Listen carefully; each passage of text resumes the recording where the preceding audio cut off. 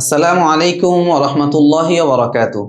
প্রিয় দাখিল ২৬ ব্যাচ, পরীক্ষা যেহেতু খুবই সন্নিকটে, তাই আপনাদের জন্য আত-তাদরিস অনলাইন মাদ্রাসার পক্ষ থেকে আমি আল আকায়েদ ওয়াল ফিকহ এই বিষয়ের খুবই গুরুত্বপূর্ণ কিছু সাজেশন নিয়ে উপস্থিত হয়েছি। আকায়েদ ও ফিকহ এই বিষয়টার ৩ নাম্বার ভাগ হচ্ছে আখলাক অংশ।